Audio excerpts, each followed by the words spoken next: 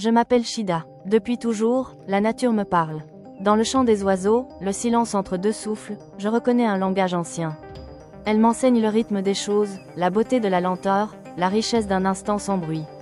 Et chaque jour, elle me rappelle qu'on n'a pas besoin de plus pour être heureux, juste de mieux. Juste de vrai. Et puis parfois, il suffit d'écouter le vent qui passe, presque en secret, qui fait frémir les arbres comme un murmure ancien. Un souffle léger, mais plein de sagesse. Il nous rappelle que tout ce qui compte, tout ce qu'on cherche si loin, est déjà là, juste ici.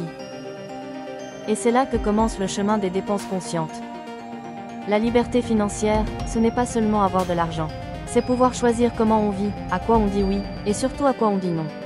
C'est oser créer une vie alignée avec ses valeurs, plutôt que de courir après ce que tout le monde veut. Il y a quelques années, j'ai traversé une période difficile. J'achetais des choses pour combler un vide. Mais plus j'achetais, plus je me sentais vide.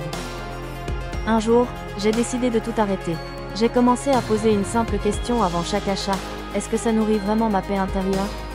C'est cette petite question qui a tout changé.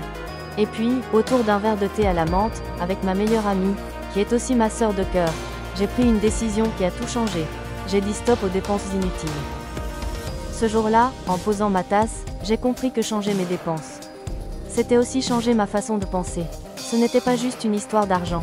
C'était une histoire de moi, de mes croyances, de ce que je pensais mériter. Changer sa mentalité financière, ce n'est pas juste déconstruire des croyances. C'est aussi apprendre à se connaître vraiment. Et si, avant de chercher à mieux gérer ton argent, tu commençais par écouter ce qui compte pour toi? Prends un moment, note tes 5 valeurs les plus importantes. Puis regarde où part ton argent. Est-ce que tes dépenses respectent ces valeurs, ou les trahissent sans que tu t'en rendes compte? Et bien sûr, il y a ce que la société nous pousse à vouloir. Le dernier téléphone, la voiture parfaite, les vêtements, tendance. Mais au fond, est-ce vraiment ce que tu veux, ou juste ce qu'on t'a appris à désirer? Construire un futur financier solide, c'est comme jardiner. Tu n'as pas besoin de tout savoir tout de suite. Tu as juste besoin de commencer. Une graine à la fois. Épargne un peu chaque mois. Même une petite somme est un acte de foi envers ton futur. Et si tu peux, commence à investir, doucement, avec prudence, mais surtout avec une vision à long terme. Diversifier ses sources de revenus, c'est une forme de liberté. Et si tu pouvais créer une activité autour de ce que tu aimes vraiment? L'abondance n'est pas un modèle unique. Elle peut avoir le visage de ta passion. Et si tu es endetté? Ne te juge pas. Fais un plan, même simple. Un pas après l'autre. Parce que l'indépendance financière commence toujours par une décision intérieure. Si tu retiens une chose de cette vidéo, retiens ceci. Tu n'as pas besoin d'être parfait. Pour avancer.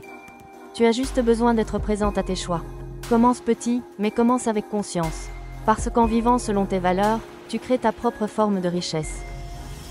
Si tu as envie d'aller plus loin, laisse un commentaire, partage ton expérience, et abonne-toi pour continuer ce chemin vers une vie plus simple, plus alignée et plus libre.